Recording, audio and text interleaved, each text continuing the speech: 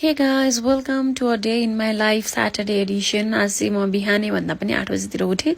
Then obviously हामी सबैजना fresh and up भयौँ हैन. अनि फर्स्ट थिङ फर्स्ट मेरो हस्बन्डले पूजा गर्छ सधैँ. अनि त्यसपछि म चाहिँ किचन छिरे अनि छोरालाई जाउलो रेडी गरे अनि हामीले चाहिँ आज बिहान आलु पराठा खाने डिसिजन गरेको थियौँ. अनि छोरालाई खुवाएर सुताइसकेपछि हामीले पनि खायौँ गाइस. अनि Saturday is all about over feeding. त्यसपछि मैले खाएँ चिया हैन. अनि त्यसपछि खाएको खाएँ मैले त्यसपछि अम्बा खाएँ हैन. अनि अर्थक स्याउनी खाथे भिडियो खिच्न बिर्सेछु. त्यसपछि त एक लट निदाइछौँ क्या हामी सबैजना 3 घण्टा निदायौँ.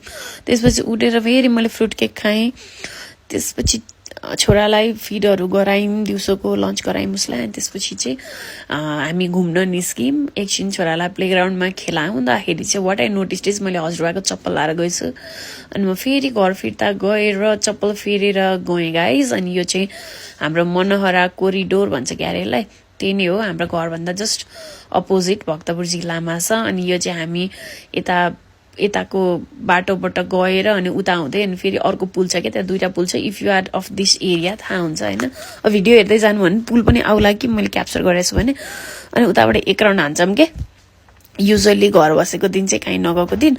अनि त्यही नै गऱ्यौँ आज हामीले मजाले एक राउन्ड त्यहाँनिर घुम्यौँ हैन. मनोहराको वरिपरि मजाले घुम्यौँ. अनि यहाँ चाहिँ एकदमै लाइभली इन्भाइरोमेन्ट छ.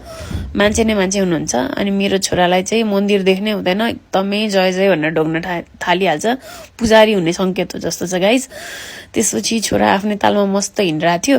अनि हामी पनि यसो हामी पनि छौँ है यो भिडियोमा भनेर बसेको. अनि ठिकै छ. त्यसपछि मजाले एकछिन घुम्यौँ ओर्यौँ हैन. अनि त्यहाँनिर भनिहाल्यो नि सो लाइभली इन्भाइरोमेन्ट मजाले टाइम पास हुन्छ कि.